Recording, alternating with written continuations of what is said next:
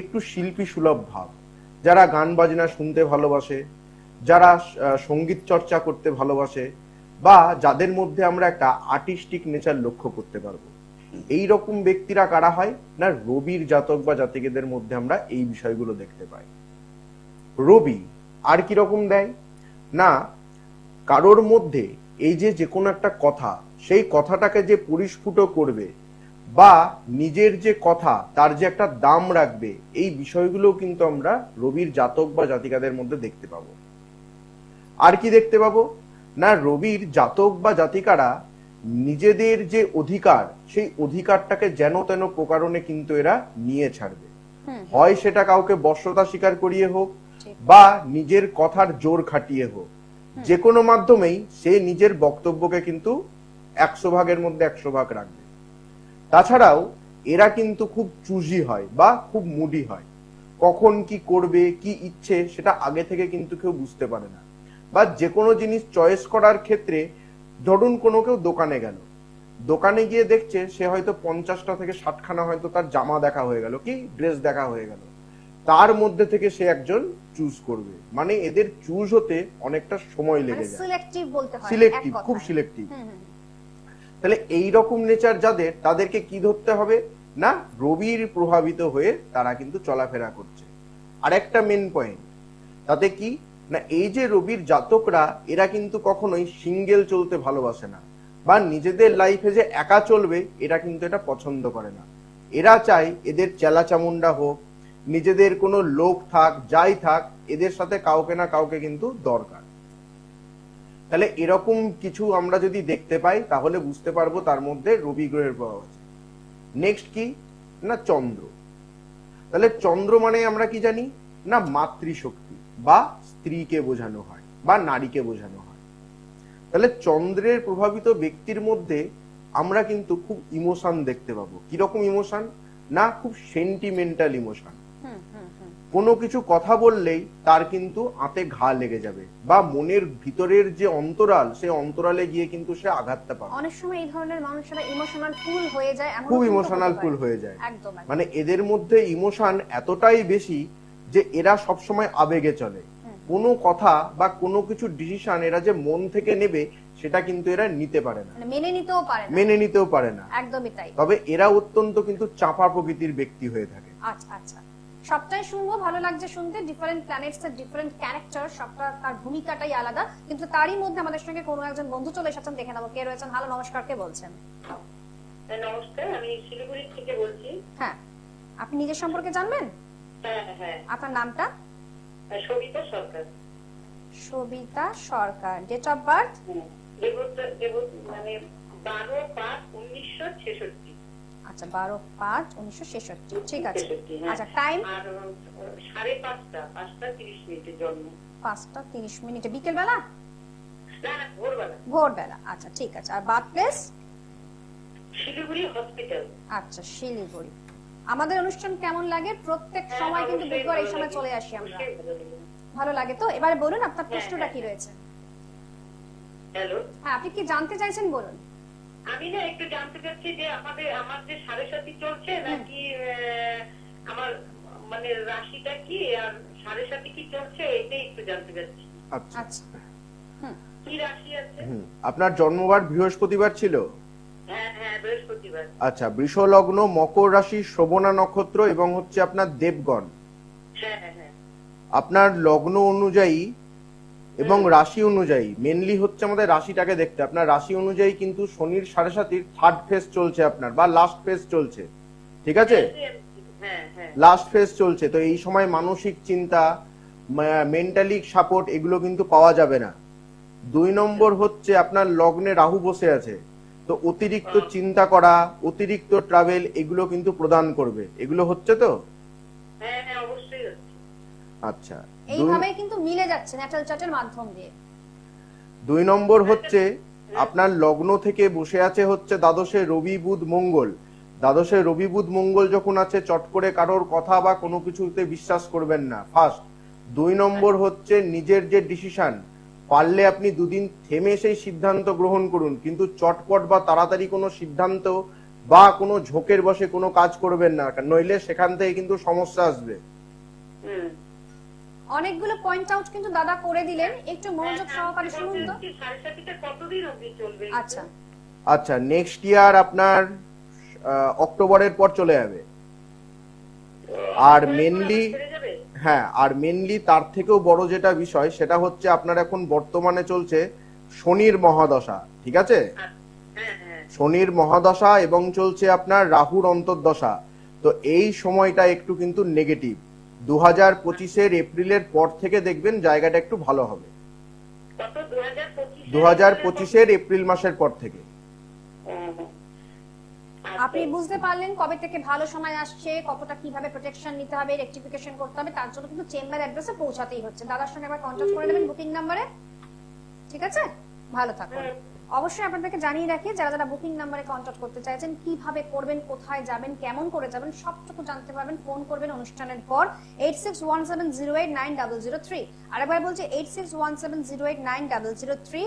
এছাড়া যারা অনুষ্ঠানে ফোন পাচ্ছেন তাদের জন্য তো অবস্থা রয়েছে যে আপনাদের ব্যবস্থা করে দেওয়া হয়েছে যে কিভাবে আপনারা ফোন করবেন, আর নাম্বার স্ক্রিনে যাচ্ছে। কিন্তু তারপরে যদি মনে হয় যে ফোন লাইনে ফোন পেলেন না, মন খারাপ করবেন না। যেই নাম্বারটি বললাম বা স্ক্রিনে আপনারা স্ক্রলিং করলেই দেখতে পাচ্ছেন যে কি ধরনের নাম্বার, বুকিং নাম্বার যাচ্ছে, সেখানে কিন্তু অবশ্যই আপনারা অনুষ্ঠানের পর 30 মিনিটস টাইম পাচ্ছেন কনসালটেন্সির জন্য। বিগ অপরচুনিটি হাতছাড়া করবেন না। 30 মিনিটস ফ্রি কনসালটেন্সির জন্য কিন্তু আপনারা টাইম পাচ্ছেন। দেখে নেব আমাদের সঙ্গে পরে বন্ধু এসে গেছেন। নমস্কার। নমস্কার ম্যাম, আমি বর্ধমান থেকে বলছি। বর্ধমান থেকে বলছেন, নামটা বলুন। আমার নাম অজয় কুমার ঘোষ। অজয় কুমার ঘোষ, আচ্ছা। আর টাইম? ম্যাম, আমি আমার আধার কার্ডের থেকে বলবো, আমার তো সঠিক জমা ব্যাপারটা তো দেখা নেই। আপনার রিয়েলটা বলবেন, আপনি রিয়েলটা বলুন দাদা। ডেট অফ বার্থটা অবশ্যই তাই। ডেট অফ বার্থটা 5ই ফেব্রুয়ারি 1996। 5ই ফেব্রুয়ারি 1996। আচ্ছা, টাইম? টাইম রাত্রি 7:30 বর্ধমান। রাত্রি 7:30 বর্ধমান। আচ্ছা, ঠিক আছে, ঠিক আছে। এবারে বলুন প্রশ্নটা কি রয়েছে আমাদের কাছে, কি জানবেন? প্রশ্নটা হলো, আমার একবার বিয়ে হয়েছিল, তো ডিভোর্স হয়ে গেছে। আচ্ছা। দ্বিতীয় বিয়ের জন্য আমি খুব চেষ্টা করছি, তো বিয়েটা কবে নাগাদ হতে পারে? কতদিন আগে ডিভোর্স হয়েছে? বছর দিয়ে হয়ে গেল। আচ্ছা, ঠিক আছে, শুনুন দাদা কি বলছেন, সেকেন্ড অপরচুনিটি আছে কিনা। আচ্ছা, আপনার জন্মবার সোমবার ছিল? হ্যাঁ স্যার, সোমবার ছিল স্যার। আচ্ছা, সিংহ লগ্ন, সিংহ রাশি, মঘা নক্ষত্র এবং হচ্ছে আপনার দেবাড়িগণ মানে রাক্ষসগণ। আপনার জন্মছক অনুযায়ী যেটা দেখা যাচ্ছে, দেখুন জন্মছক অনুযায়ী আপনার লগ্নতে বসে আছে চন্দ্র এবং সপ্তমে বসে আছে শনি। শনি চন্দ্রের এই দৃষ্টি বিনিময়ের জন্য কিন্তু আপনার বিবাহিত জীবনের জায়গা বা বিবাহের জায়গাটা কিন্তু খুব একটা ভালো আমি দেখছি না। শনি চন্দ্রের যে দৃষ্টি বিনিময়, এটাকে বলা হয় বীজযোগ। তো এই বীজযোগ থাকলে কিন্তু বিবাহিত জীবনে অনেক রকমের সমস্যা আসে, যেমন হচ্ছে ডিভোর্স বলুন, থার্ড পার্সনের এন্ট্রি বলুন, যে কোনো রকমের বাড়ির কোনো কথা হোক বা বাড়ির কোনো কেউ হোক, এরকম জায়গা থেকে কিন্তু তার সমস্যা আসবে, ব্রেকআপটাও হতে পারে। ব্রেকআপটাও হতে পারে। তো আমি বলবো আপনার লগ্ন থেকে চন্দ্র এবং শনি এই বীজযোগের যতক্ষণ না আপনি প্রোটেকশন নেবেন বা কিওর করবেন, ততক্ষণ কিন্তু এই সমস্যাগুলো আপনাকে ফেস করতে হবে। 2 নম্বর হচ্ছে লগ্ন থেকে আপনার দ্বিতীয় রাহু বসে আছে। ফিনান্সিয়ালের জায়গাটাও দেখবেন, আপনি যা আয় করবেন সেরকমই কিন্তু খরচ হবে, মানে যা আয় তাই কিন্তু ব্যয়। যতই আপনি জমানোর চেষ্টা করুন সেই জায়গাটা কিন্তু জমতে অসুবিধে হবে। আর আরেকটা কথা আমি আপনাকে বলবো, আপনার কথা বলার জায়গাটাকে কিন্তু একটু ঠিক করতে হবে। কোথায় কি কথা বলতে হয়, কি করে কি বলতে হয়, আপনার কিন্তু মুখ ফসকে অনেক রকমের কথা বেরিয়ে যায়। বাচন ভঙ্গিটা, বাচন ভঙ্গিটা, এগুলো হয়তো নালে বচসার মুখে পড়ে যাবে। একদম সত্যি, একদম একদম সত্যি। মানে বচসা তাহলে লেগে এই যাবে। জায়গাগুলো কিন্তু আপনাকে চেঞ্জ করতে হবে বা এগুলো কিন্তু আপনাকে ঠিক করতে হবে। আচ্ছা স্যার, বিয়েটা বলছি স্যার, বিয়েটা কতদিনের মতো হয়েছে এটা? বলছি তার আগে আপনি আপনার কথা বলা এই জায়গাগুলোকে আপনি আগে চেঞ্জ করুন। আপনার এখন দশা চলছে হচ্ছে রবির মহাদশা চলছে, রবির মহাদশা, শনির অন্তর্দশা। আপনার বিয়ের যোগ দেখাচ্ছে হচ্ছে 2025-এর জুলাইয়ের পর থেকে, বুঝতে পারছেন কি ঠিক বলছেন আছে? দাদা? 2025 সালের জুলাইয়ের পর থেকে আপনার বিয়ের যোগ শুরু হচ্ছে। একদমই তাই। তার আগে বলবো এই আপনার জন্মছকে থাকা যে বীজযোগ, এই বীজযোগের জায়গাটাকে কিন্তু অবশ্যই আপনারা কিওর করুন। আমাদের সময় অনেক সময় খারাপ যায়, তার জন্য কিন্তু গ্রহ নক্ষত্রের প্রভাবও থাকে, সেজন্য একটু ন্যাটাল চার্টটা মিলিয়ে নিয়ে আরেকটু বেশি করে তারপর রেমিডি ধারণ করুন, অবশ্যই সুস্থ স্বাভাবিক জীবন গড়তে পারবেন। ঠিক আছে, আমি স্যারের সাথে যোগাযোগ করবো, আমি স্যারের সাথে। অবশ্যই তাই। বুকিং নাম্বার যাচ্ছে স্ক্রিনে, আমি পরে আবার বলে দেবো কোথায় কোথায় পাওয়া যাচ্ছে। বুকিং নাম্বার একদম একদম বুকিং নাম্বার কোথায় কোথায় পাওয়া যাচ্ছে আপনাদেরকে বলে দিচ্ছি। আপনারা পাচ্ছেন গড়িয়াহাট 19 নভেম্বর, বড়নগরে পাচ্ছেন 14 নভেম্বর, দক্ষিণেশ্বরে পাচ্ছেন 12 নভেম্বর, পলাশীতে পাচ্ছেন 22 নভেম্বর, এবং পাশাপাশি আপনারা কিন্তু বহরমপুর, উকিলপাড়া প্রত্যেক সোমবার, বৃহস্পতিবার, শনিবার এবং রবিবার পাচ্ছেন। মালদা চেম্বারে কিন্তু আপনারা পাচ্ছেন মাসে একবার করে। ইউটিউব, গুগল সার্চ করতে ভুলবেন না, প্রচুর টোটকা অভূতপূর্ব বিষয়গুলো কিন্তু আমরা তুলে ধরার চেষ্টা করি। দাদার নানান ধরনের চ্যাপ্টার, লেসন, থিসিস, টপিক সবকিছু থাকে ওর মধ্যে। তার জন্য কিন্তু অবশ্যই একবার দেখবেন, কলিং করে নেবেন এবং অবশ্যই সুস্থ স্বাভাবিক জীবন গড়ে তুলুন। দেখে নেবো আমাদের সঙ্গে পরের বন্ধু এসে গিয়েছেন। হ্যালো, নমস্কার, কে বলছেন? হ্যালো, নমস্কার, আমি বীরভূম থেকে বলছি। আমার মেয়ের সম্বন্ধে একটু জানতে চাই। বীরভূম, মেয়ের সম্পর্কে জানবেন। মেয়ের নাম পূর্ণিমা মণ্ডল। পূর্ণিমা মণ্ডল। এত দূর থেকে দেখছেন আমাদের অনুষ্ঠান, তাই তো? ভালো লাগে তো প্রত্যেক সময়? হ্যাঁ, স্যারের সত্যি ভালো লাগে, ম্যাডাম লাইনে পায় খুব না। ডেফিনেট কথা কিন্তু স্যার আমাদেরকে বলছেন, সেটা কিন্তু আমাদের কাছে ভীষণ একটা অভূতপূর্ব পাওনা। ঠিক আছে, আচ্ছা এবারে বলুন ডেট অফ বার্থ। 13/12/97। 13 12 12 না 13 বললেন? 13/12/97। 13/12/97। টাইম দুপুর 3:20। দুপুর 3:20। Birth place Birbhum. বীরভূম। আচ্ছা ঠিক আছে, এবারে বলুন আপনার জানবার ইচ্ছেটা কি রয়েছে, কি ধরনের প্রশ্ন নিয়ে এসেছেন? মেয়ে একটু সন্তান সম্পর্কে জানতে চাইছি। মেয়ের সম্পর্কে কি জানবেন? সন্তান সম্পর্কে। আচ্ছা আচ্ছা ঠিক আছে, শুনুন দাদা কি বলছেন, মনোযোগ দিয়ে শুনুন। আচ্ছা, আপনার মেয়ের জন্মবার ছিল শনিবার। হ্যাঁ আচ্ছা, বৃষ লগ্ন, বৃষ রাশি, রোহিণী নক্ষত্র এবং নরগণ। হ্যাঁ।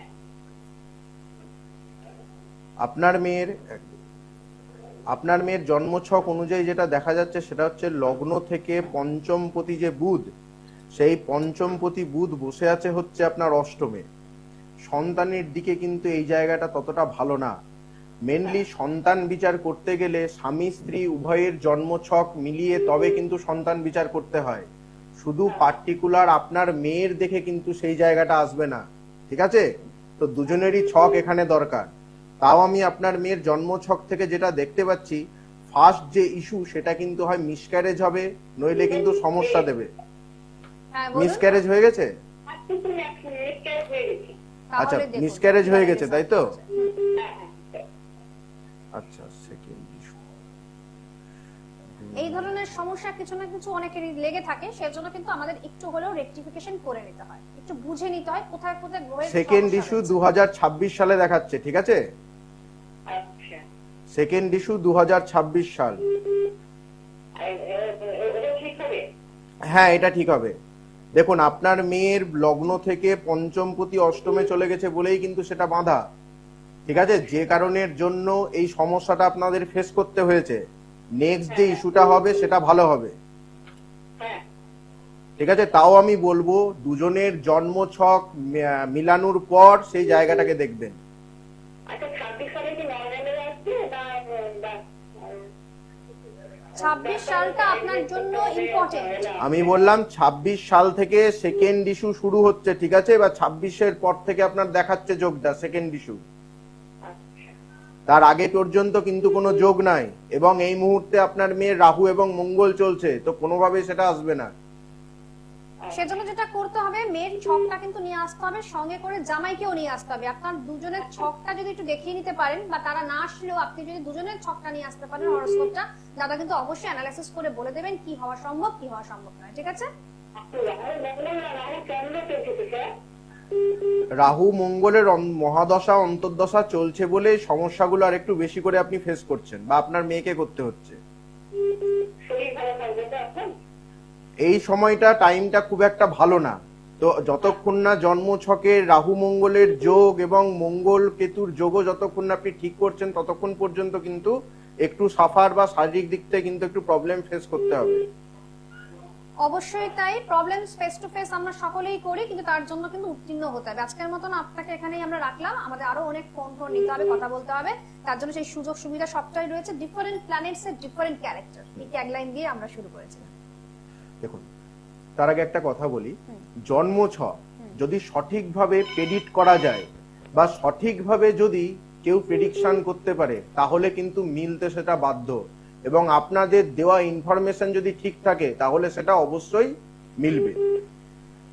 যে কোনো রকমের, এই যে চন্দ্র নিয়ে বলছিলাম, তাহলে চন্দ্রের মনটা কি না সরল সাদাসিধে, তাদের মন মানসিকতার মধ্যে কোনো প্যাঁচালো জিনিস আপনারা দেখতে পাবেন না, এরা সবসময় খুব ভালোভাবে মিশতে পারে এবং খুব মিশুকে হয়।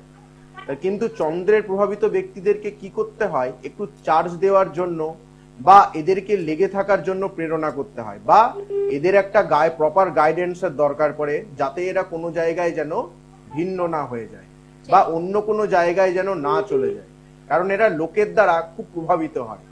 ঠিক এরা ভাবে যে আমার এই খুঁটিটাই হচ্ছে সব থেকে ভালো এবং এ যা যা বলবে সেটাই হচ্ছে ঠিক, কিন্তু আলটিমেটলি তারা কিন্তু ভালোভাবে চয়ন করতে পারে না, যেহেতু মন মানসিকতা কি একদম বাচ্চাদের মতন সরল হয়, বাচ্চা সুলভ বলা যেতে পারে। বাচ্চা সুলভ বলা যায়। আমরা দেখে নিচ্ছি পরে বন্ধু এসে গেছেন। হ্যালো, নমস্কার, কে বলছেন? নমস্কার। বলুন নামটা বলবেন। হ্যালো। হ্যাঁ, নামটা বলুন, নিজের সম্পর্কে জানবেন তো? হ্যাঁ, বলুন নামটা বলুন। আপনি শুনতে পাচ্ছেন আমার কথা? হ্যাঁ, কি সময় চাই? আপনি আপনার নামটা বলুন, আপনি তো নিজের সম্পর্কে জানতে এসেছেন। বাড়তি পাত্র। আচ্ছা ঠিক আছে, এবারে বলুন আপনার ডেট অফ বার্থ। 14/10/86 সাল। 14/10/1986। 86 সাল। Time 40 minute. আরেকবার। 8:40 PM। PM. Birth place. 40 minute. Birth প্লেসটা আরেকবার বলবেন। 8:40 মিনিট PM। আমি তা বলছি না, আপনি জন্মস্থানটা বলুন, কোথায় জন্মেছেন? কলকাতা। কলকাতা, সেটাই বলছিলাম। এবারে বলুন প্রশ্নটা কি রয়েছে। আমি কি লজিক করতে পারবো? আচ্ছা, পড়াশোনা নিয়ে জানতে চাইছেন না তো, লেখাপড়া নিয়ে? না, লজিক করতে পারবো। দাদা আপনি সব বুঝতে পারছেন ওনার কথাটা কি? আপনি আরেকবার একটু ক্লিয়ার করে বলুন কি নিয়ে জানতে চাইছেন আপনি।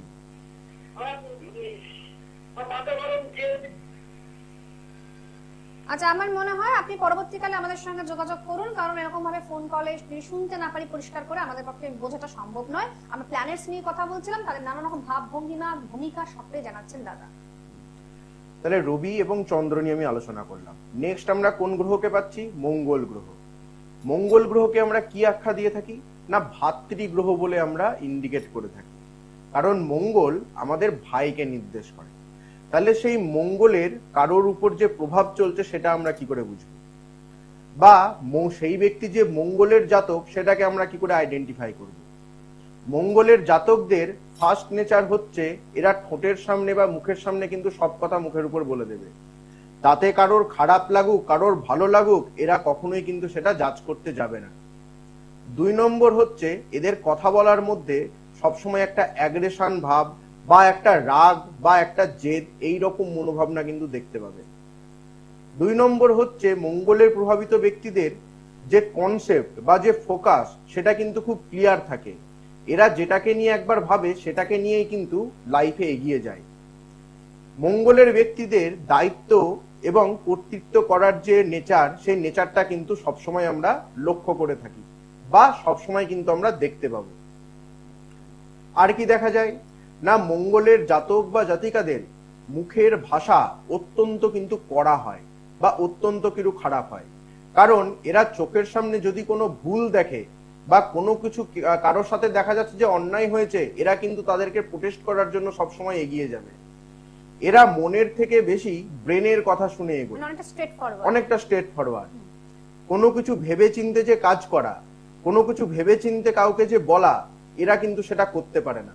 মাথায় আজকে পরিকল্পনা এলো যে আমি এটা করতে হবে, এরা কালকে গিয়েই কিন্তু সেই কাজগুলো করে বসবে, তাতে এরা সমস্যার মুখে পড়ুক কি সমস্যা থেকে বেরিয়ে আসুক এরা কিন্তু কখনোই সেটা জাজ করবে না। যে কারণের জন্য বলা হয় মঙ্গল কি না সেনাপতি, সেই জন্যই মঙ্গলের প্রভাবিত ব্যক্তিদের জীবন দেখবেন সবসময় যুদ্ধ করে বা লড়াই করে, অর্থাৎ এক কথায় স্ট্রাগল করে কিন্তু এদের এগোতে হয়।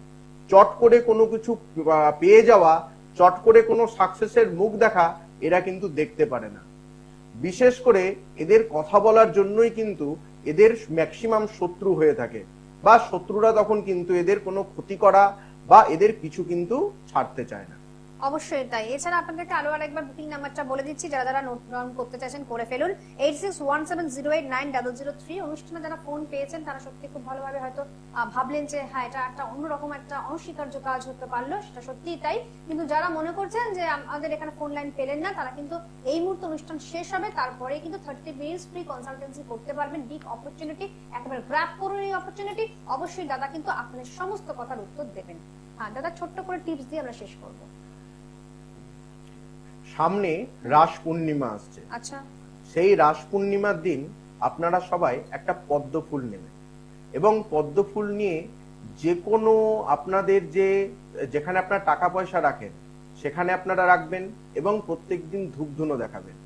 এছাড়াও এই রাস পূর্ণিমার দিন আপনারা কি করবেন, কোনো গঙ্গার স্থান, কোনো বহমান নদী যেখানে বয়ে যাচ্ছে জল, এমন কোনো জায়গায় আপনারা একটা প্রদীপ ভাসিয়ে আসবেন, এবং নিজের যে মনস্কামনা বা নিজের যে ইচ্ছা পূর্তি এই জিনিসগুলো কিন্তু করবেন।